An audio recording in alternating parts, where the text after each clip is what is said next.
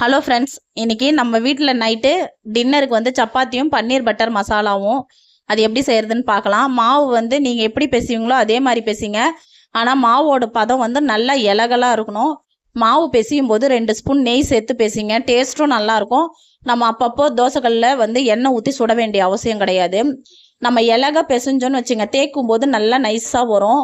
இலக இருக்கிறதுனால நம்ம உருட்டுறதுல வந்து ஒட்டும் கட்டையில். அதனால நிறைய அந்த கோதுமை மாவு தூவி தூவி நல்லா தேய்ச்சிங்கன்னு வச்சுங்க, சப்பாத்தி நல்லா நைஸாகவும் வரும். 2 நாள் ஆனாலும் ரொம்ப சாஃப்டாகவும் இருக்கும். பன்னீர் பட்டர் மசாலாவுக்கு வந்து வானலில் எண்ணெய் சேர்த்துட்டு 2 பச்சை மிளகா, 3 பெரிய சைஸ் வெங்காயம், 10 முந்திரி பருப்பு, 2 பெரிய சைஸ் தக்காளி, தேவையான அளவு உப்பு, 1 ஸ்பூன் கசகசா, இது எல்லாத்தையும் சேர்த்து நல்லா வதக்கிக்கணும்.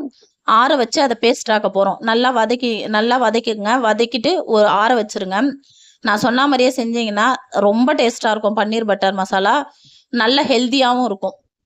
சப்பாத்தி வந்து தோசைக்கல்லில் போடும்போதே பிஞ்சிரும். அந்த அளவுக்கு நைஸாக வந்திருக்குது பாருங்கள். அதுக்கு வந்து மாவு இலகலாக இருந்தால் தான் அந்த மாதிரி நைஸாக வரும். நம்ம வந்து மாவு போட்டு போட்டு தேய்ச்சோம்னா நல்லா தேய்க்க முடியும். நெய் கூட நான் நெய் சேர்த்ததோடு சரி, எண்ணெய் ஊற்றவே இல்லை. எந்த அளவுக்கு நல்லா செவன் வந்திருக்கு பாருங்கள் சப்பாத்தி. டேஸ்ட்டும் வந்து நல்லாயிருக்கும். பன்னீர் பட்டர் மசாலாவுக்கு வந்து நான் எப்போவுமே பட்டர் சேர்க்க மாட்டேன், நெய் தான் சேர்ப்பேன். நெய் வந்து தாராளமாக சேர்த்துக்கலாம். 2 ஸ்பூன் நெய் சேர்த்துட்டு அதில் வந்து காஷ்மீரி சில்லி பவுட்ரு வந்து 1 ஸ்பூன் அளவு சேர்த்துட்டு சிம்மில் வச்சு நல்லா வதக்குங்க. அப்போ தான் தீஞ்சிராது.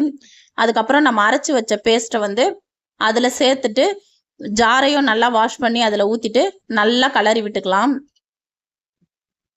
இப்போ கூட கொஞ்சம் தண்ணி சேர்த்து நல்லா கலரி விட்டுக்கலாம். இப்போ 1 ஸ்பூன் கரம் மசாலா சேர்த்து நல்லா கலரி விட்டுக்கோங்க.